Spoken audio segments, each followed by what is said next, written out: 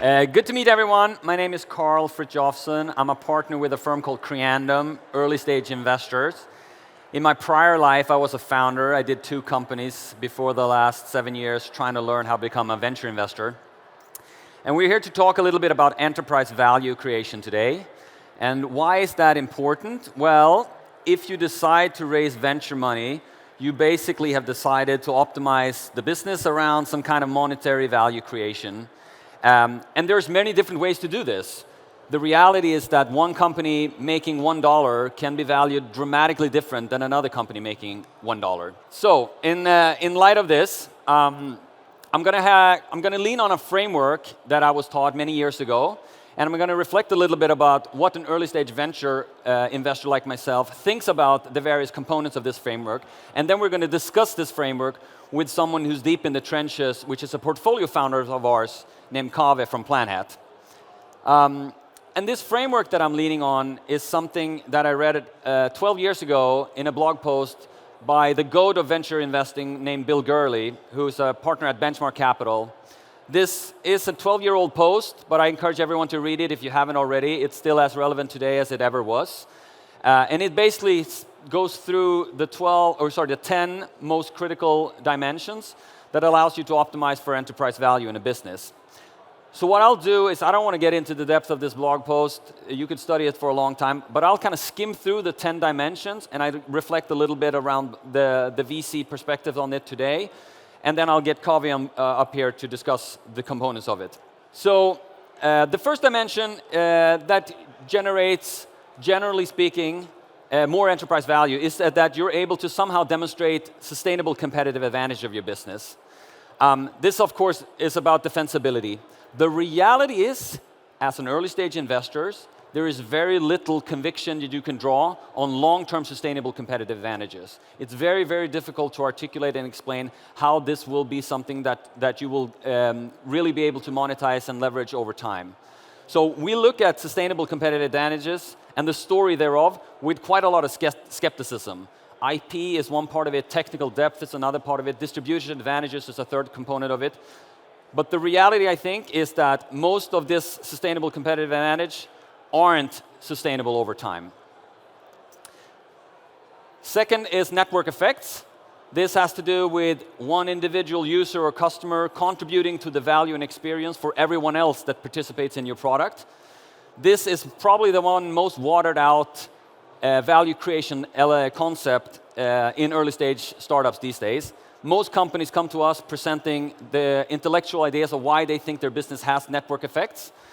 Facebook and the social media generation was, of course, the one that established this concept to the most depth.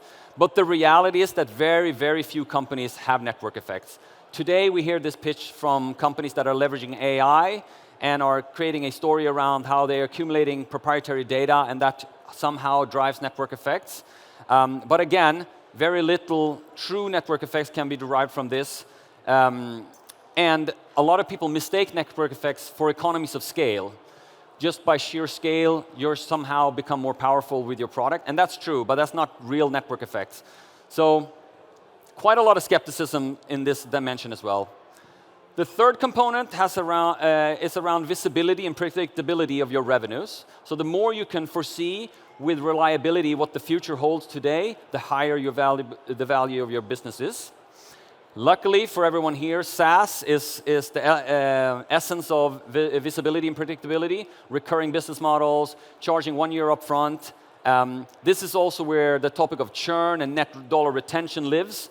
So this is probably one of the most important dimensions to understand in depth, to really tell the story of why your business should be worth a lot.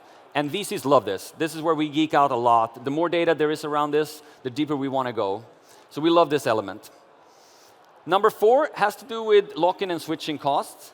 Generally speaking, the deeper integrated you are with your customers' processes and workflows and systems, the harder it is to replace you. There's basically too many ripple effects if you want to switch you out for someone else, and that makes you stay longer with your customers.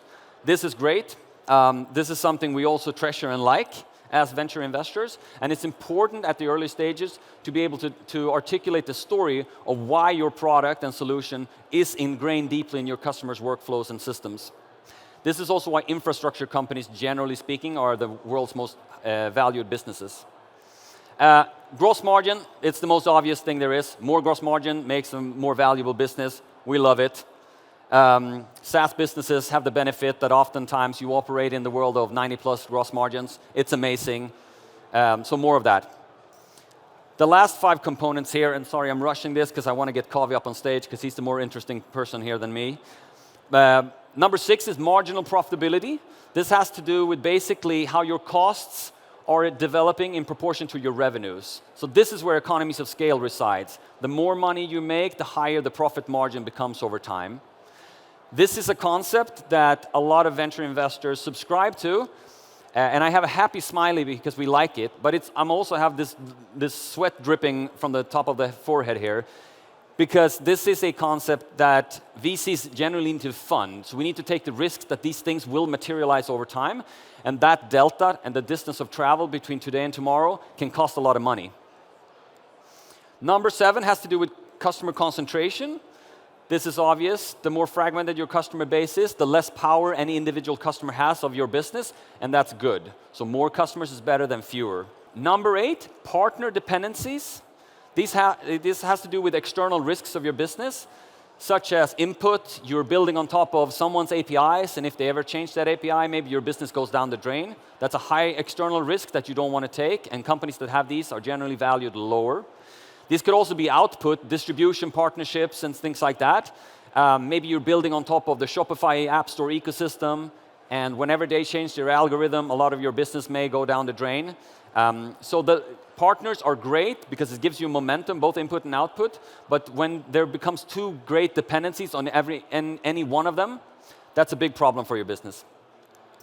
Number 9 is organic demand. This is probably what VCs love the most and what the public markets love the most about any business. Any company that has been built relies upon paid marketing. There's no shame in paid marketing funnels. But what you generally need to be able to tell is the story of how the paid marketing is driving organic demand. More organic, higher value business. And then the last component here is growth. Growth is almost the heroine of the venture industry. We're addicted to it. We want more of it. When we see it, we love it. The good thing for entrepreneurs raising money is that growth is also why you need venture investors. We fund that growth, and we're here to support you to fuel that going forward. But in order to predict future growth, we ideally want to see data points today. If you look at the 3 highest valued businesses in the world, when you look at the specific metric of enterprise value in proportion to ARR, you will see this is the gold standard. These are the 3 highest value companies in the world. All of them happen to be infrastructure companies. But if you were to go through these 10 dimensions across any one of these businesses, you will see they rank very high on all of them. There's no coincidence why these companies are valued the highest. The foundation of how they have been built and the type of revenue they are generating and how ingrained they are in their customers and their partners is why they are the world's most valuable businesses. So now, let me welcome Kaveh Rostamper. He's a portfolio company of Creandum. He's the CEO and founder of Planhat. Let's talk this through. Is it here?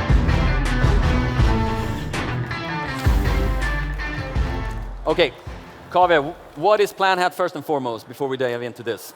So Planhat is a customer platform.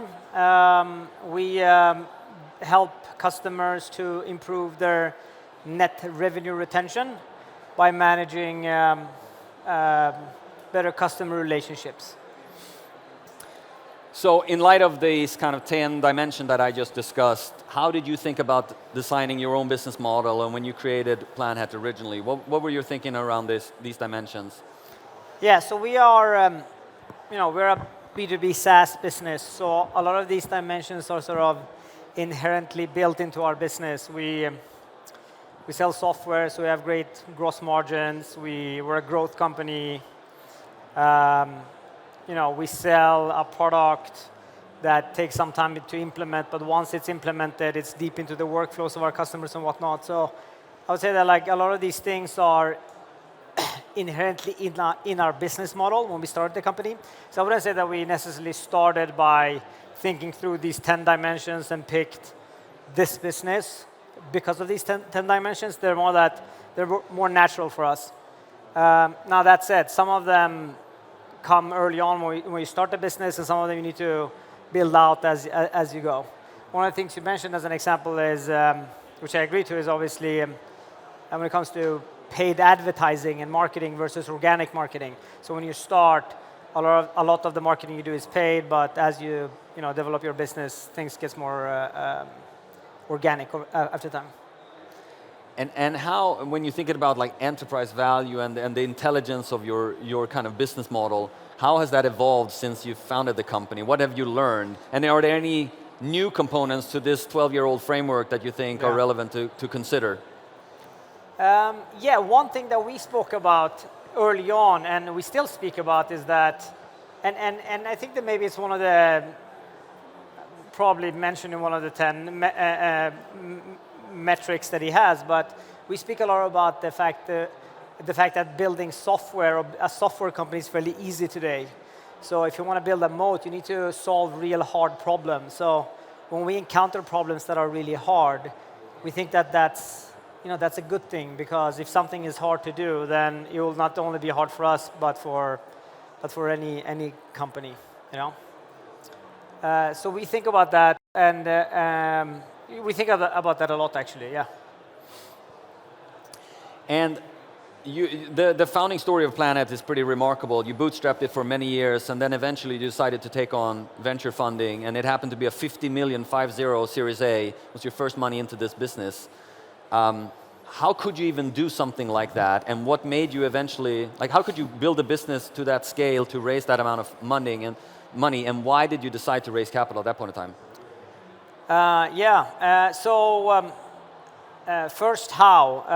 First how. So, well, it wasn't easy. One of those things, like, we worked, very hard on it. So I think this, if you build a product that is really good, then eventually people will buy it. And if you have a product that people buy, then you'll have an easy time raising capital. That's fundamentally, basically, right? And I think that the hard thing is to build a product that is really good. And so our story is that we took the first 5-6 years of the company's history. We didn't have any commercial people in the company. We only had a bunch of techies. So we spent a lot of time thinking deeply about the product and the technology and the space that we're going after, how it's going to develop and whatnot. So I think that, like, we have always been leading with product first, technology first. And if you solve very hard problems for people with good technology, then you can also charge people for it. So that's sort of how it started. Why we raised capital? We raised capital because we're actually very skeptical to raise the capital in the first place. Planhat has always been cash flow positive and growing very fast and even profitable for many years. So, but the ambitions that we have as a company is very high. We have a very ambitious team and want to do ambitious things. So having a big war chest is we felt that was important for us. I think that in combination with, it was a bit opportunistic too. We had, as you know, a lot of investors chasing us for a long time, and we felt that the time was right. And let me just follow up on the bootstrap era of your business here. I mean, you said you only hired engineers and product people for the first couple of years, but somehow you had to fund that, right? And that somehow must have been derived from the business model that you chose. And like, how much did you think about that, or was that just a coincidence of how that thing played out? Yeah. So exactly. So I think that 6 months after writing the first line of code, we brought on board our first customer. And similar to a lot of other B2B software companies, we do annual contracts, we bill them up front, we send an invoice, the first thing we do, and our customers pay them usually within 30 days. And so within the first 6 months, we got our first customer, and and just within a few months after that, we started to get some large customers that we developed the product with. So yeah, it was very much self-funded in the early days. So if you combine that with no salaries early on, then you get a good bootstrapped story. But again, like having only techies in the team does not mean that we did not sell any contracts. Like we got customers on board from very early on. Okay, moving over to kind of the scaling the organization and the business. I mean, you previously had a journey with another company that went from a handful of people to a publicly listed company, which was Meltwater. Like, what were the main takeaways from that journey, and how are you implementing those at Planhat? Yeah, so obviously I learned a lot. I was there for a long time, and I saw that company from few $1 million revenue ARR to, as you said, to be public and become very big. And I think that just like any person working for any company, you learn a lot and you bring that with you to your sort of next journey. And I think that you learn as much on the things that have been successful as all the mistakes you've done. So obviously you take all of that with you. The main learnings, I think, has been around the importance of people and culture when you're building a global business. So yeah, I would say that that's sort of the main learnings. But if you work 10, 15 years anywhere, you learn a lot of things. You do a lot of mistakes, especially that you don't want to do again. And what about organizationally? So Planhat, you grew a lot during the COVID years, where you were forced into hiring remote, and I guess that's part of how your organization evolved. How are you managing that today, just operationally, and how do you turn that into a feature instead of a bug? Yeah, so we have half of our team in Europe and half of it in North America. And so we have sort of a hybrid model. We have offices, hub offices, we call them hub locations in Stockholm, in London, in LA, in a bunch of places around the US. And I mean, what COVID taught us was that clearly talent is everywhere. They're not only in the big tech cities or tech hubs in the world. But yeah, I mean, I think similar to a lot of other companies, we make sure that we have some hub offices. We try to meet as often as we can. We take our people together, and they meet up and work together from hub offices every now and then and whatnot. So I think that people that work for our company feel that they're in a hybrid model. We are hiring a lot in the hub offices where we have bigger teams. That's sort of the path forward, I think. Okay, and then back a little bit to kind of enterprise value. One of the amazing parts of Planhat has always been the capital efficiency of your business as bootstrap company, but also since raising venture money. Can you share some light on how you think about growth versus burn and use of funds? Yeah, so cash flow is very important to me. I think that cash flow is one of the most, if not the most important metric for a software SaaS company. And I think, if you're bootstrapped for the first 5-6 years, then being capital efficient is sort of in the DNA. We, as you said, we raised this $50 million. We still have almost $50 million in our bank account. We still operate the business in a similar way. I think, essentially Planhat is a growth company. So we're raising capital and to use it to grow the business. But operationally, if you have product market fit, if you're established in a country or in a region, then the operations in itself, I do think, can be very efficient. Cash flow neutral if you want, and then you want to grow as much as you can based on that, on those things.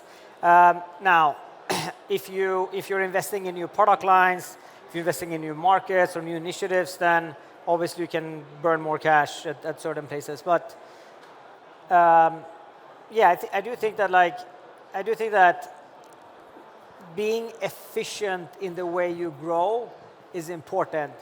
I think that if I think about our company and I compare it perhaps with other companies that I see, I think that we don't have so much nonsense happening in our business. We're very lean. I say that if you if you want to build a successful software company, you either need to be, or you need to be both really good at building products, and you need to be really good at selling products. And everything else, you try to sort of minimize as much as you can. So I think that's, for us, has been one of the sort of key factors for cash efficiency, if you like. Okay, so we're approaching the end of this, but could you give us the 3 non-obvious practical learnings and advice that someone can implement into their business today when it comes to kind of scalability of their organization and enterprise value? Non-obvious things. I think don't read blogs and books and go to talks and do what other people tell you. Like what works for one company or person doesn't work for other people. I think people should spend a lot of time thinking about their product and the value that they create for their customers. Maybe think less about the features that they're developing and products, and more about the outcomes they want to help their customers with. I think that people need to be good at selling products and not only building products, and just realizing that if you're not really good at both selling products, taking them to market, and building really good products, then you won't be successful over time. I think that's sort of my advice. Brilliant.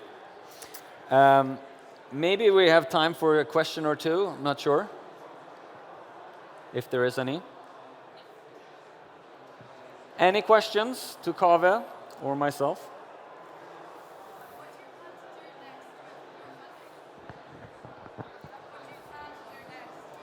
What do you plan to do next with your funding?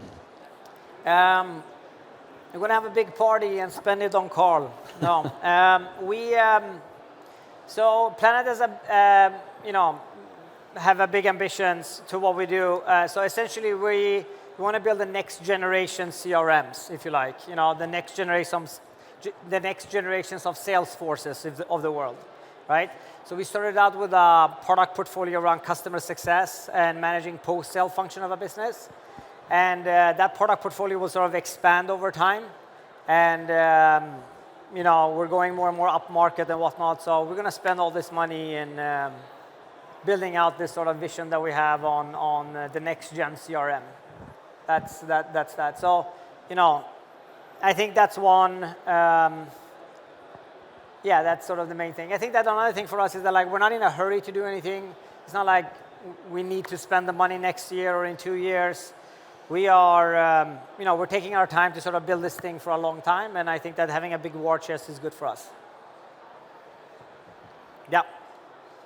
All right. I think that's our time. Thank you, everyone. Thank you, everyone. Thank you for listening.